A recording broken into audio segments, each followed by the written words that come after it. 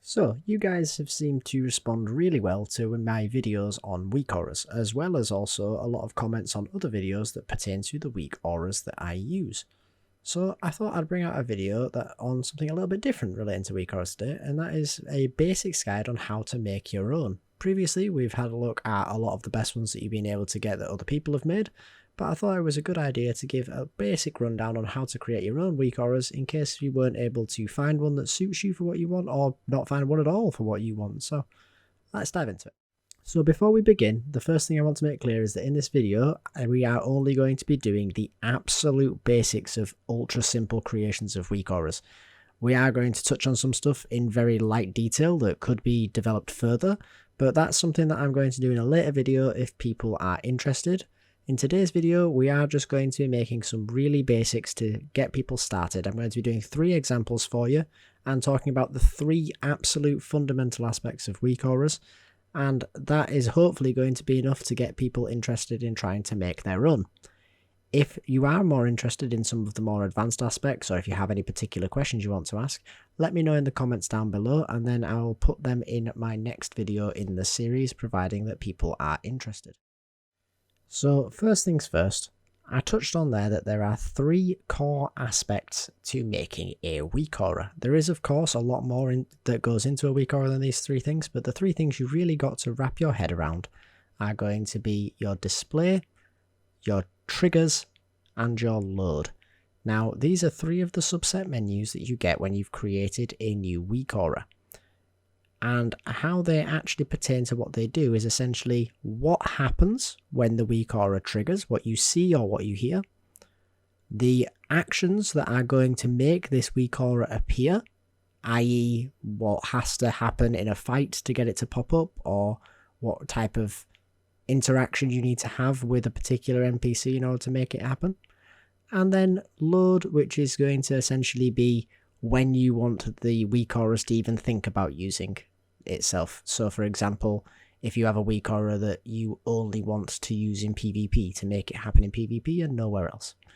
These are really simple concepts, but they are ones that people get wrong and get frustrated with, so those are the ones that we're going to be tackling today.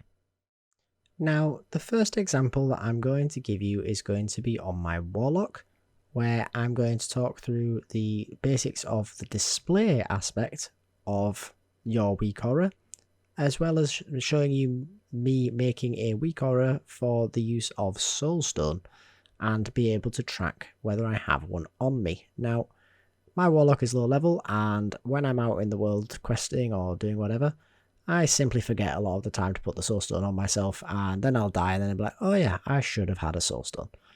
So the weak aura I'm going to make is simply just a little progress bar. That's what I decided that I wanted, so that it would track the buff on me and display when it was going to run out. Now, the first thing I had to decide was what I actually wanted to appear on the screen. So I realised that when it comes to the duration of a buff, I wanted a progress bar. So when I went onto weak auras and clicked new aura, it gives me a few different options to begin with for basic templates. I'd highly recommend that you use these at least until you get accustomed to what you are doing, as they are going to boil down to be the majority of what you ever want from weak auras anyway. For the buff tracking, I decided a progress bar was the best way to go, so I simply clicked onto that, and then I had a very simple progress bar put on my screen. When it comes to the display, all I really wanted to do was alter the size of this bar. Now, that's something that is really easy to do because you are given a scale option on the display menu. That is going to have the options for both the size of the bar as well as its orientation.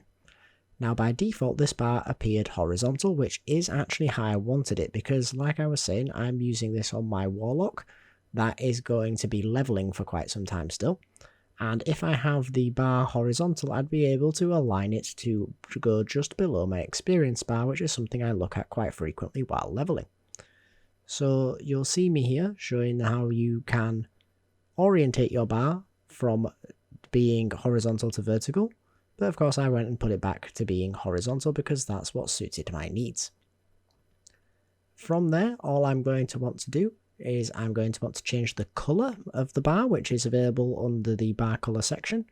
So that I went for a purplish colour, which I associate with Soulstone, so that my brain would more easily associate what that bar was for at a glance, as well as also enabling the icon that is going to be on the end of the bar in case I glance at it and don't realise, and it will show me. Now, on the next settings down, all I did was on the position settings, there is both the actual position settings as well as a sort of scale setting. I simply started having a basic guess at what rough width I wanted to make this bar to make it appropriate length to my experience bar, and then just orientated it with the position settings to put it directly beneath it. And as you can see, that has made a very simple Soulstone buff tracking bar.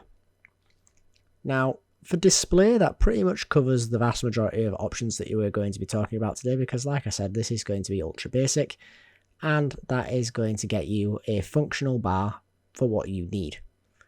One thing that we didn't touch on that is displaying on there, that is a default setting, is the fact that it knew what icon and what name to put on this bar.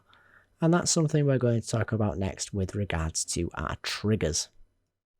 Now, triggers are what is actually going to tell a WeakAura what it should display on the screen and when it should display it. So a lot of people would consider this to be the most important aspect of a WeakAura, myself included, and it is something that we are going to take a look at so that we can make sure that we know how it works fully and get it right. So on the Warriors example that I'm doing for you here, I'm looking to make a Rallying Cry WeakAura that displays when I am at a low enough health threshold in order to get value out of its use. Now, I'm still relatively new to playing the Arms Warrior, and getting a hang of its defensives is something that I'm struggling with while trying to learn, and Rallying Cry is probably the one that I am using the least. So for this WeakAura, I decided that I was just going to have a very basic icon in the middle of the screen that displayed when I needed it to. But the bigger aspect was when I needed this to display.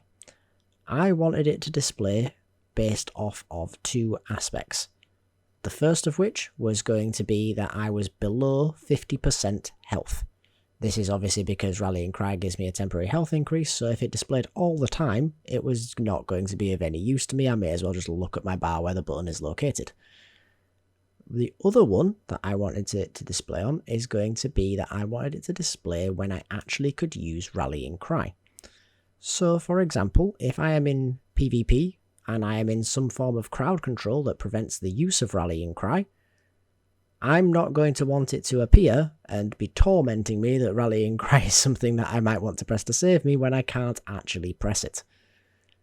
So what I've done is I've set up these two triggers. Now, the first one that I set up was the one for our health percentage. So what I've done is I've gone onto trigger 1 on the trigger menu, and then I've had to select whereabouts I would find this health percentage in these menus. Now, for health, it was as simple as going on the type. It is a status, and then the status on that next submenu was going to be health.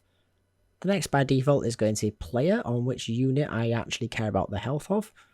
And then simply there is a health percentage marker. I enabled that, changed the operator to be below than, and set the value at 50. This very simply is going to mean that my WeakAura will display whenever my health is below 50%. However, moving on to our second of our triggers for this WeakAura, I was having to set up the action usable segment of the WeakAura. So, action usable is as simple as it sounds. If the button can't be pressed for its ability to function, then it will not display. So for action usable, it is essentially the same process on your trigger menu. You want to create a second trigger, which is at the button at the bottom of the menu. You are going to want to set to status again. Then the status this time will be action usable.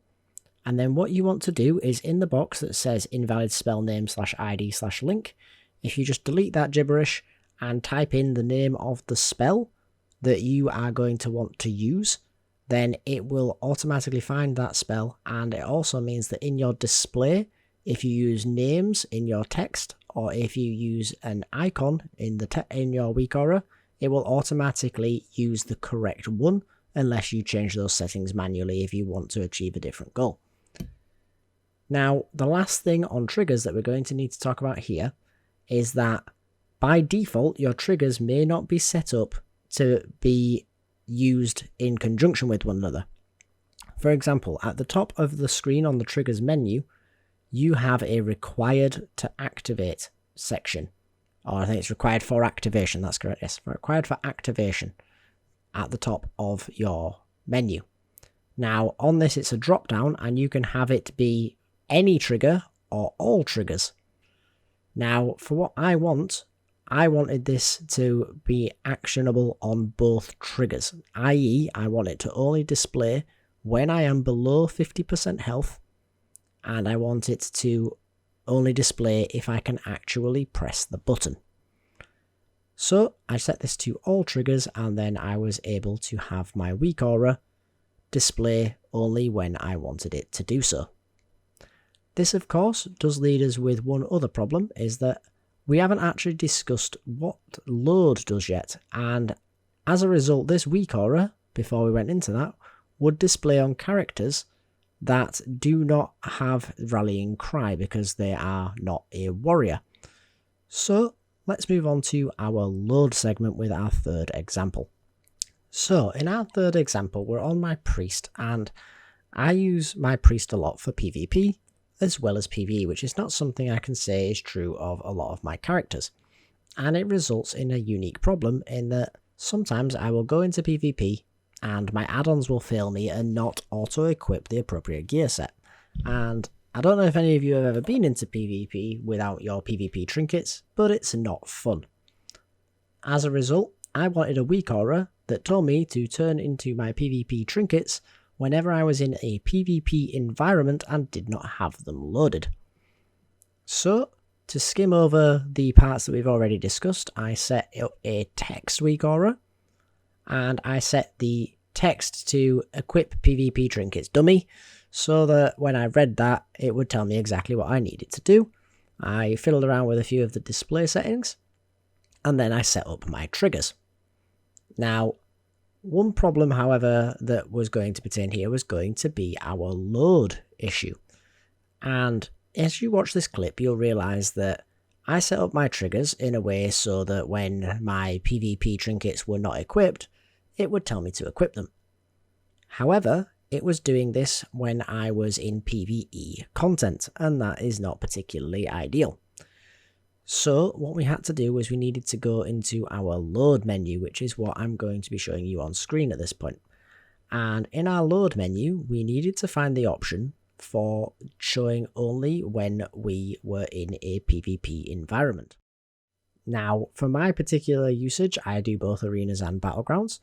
So what I had to do was go on to our load menu, and then I had to scroll down to where we found the instance type option. Now, just to make this clear, because that is something I haven't touched on so far, I appreciate a lot of these menus are not all that easy to navigate or to remember what you're looking for, and that is something that will simply come with time. If you do have any questions on where to find something specifically, do feel free to ask below. But for the example I'm giving here, instance type is the option that we are looking for. Now, when I click on instance type, it gives me this load of options for where I would like this to appear. I highlight the arena and the battleground sections, and that means the weak aura that I had already made simply will not do anything outside of that environment. It simply won't even look for the triggers until I am in one of those particular environments, which is something that is incredibly helpful, not only for the fact that it means that my weak aura will work correctly as I want it to, but it also means that I am minimizing on having weak auras loaded that can potentially be quite demanding on your computer if you have too many of them when they aren't required. So load, again, a very relatively simple concept, but something that is going to be incredibly helpful. Especially when you consider the fact that your load options are not limited simply to instance type. You can have this load weak auras specifically for particular zones, so say for example a lot of the ones that we've discussed in the past are weak auras that pertain to Mythic Plus. Those ones can be set to only load while you are inside of a Mythic Plus dungeon. You can also set ones for the raid, you can set them for particular classes or specs, or even for particular talents that have been selected, and as a result it helps to prevent you from being cluttered on your screen with regards to when you're not in need of the week aura.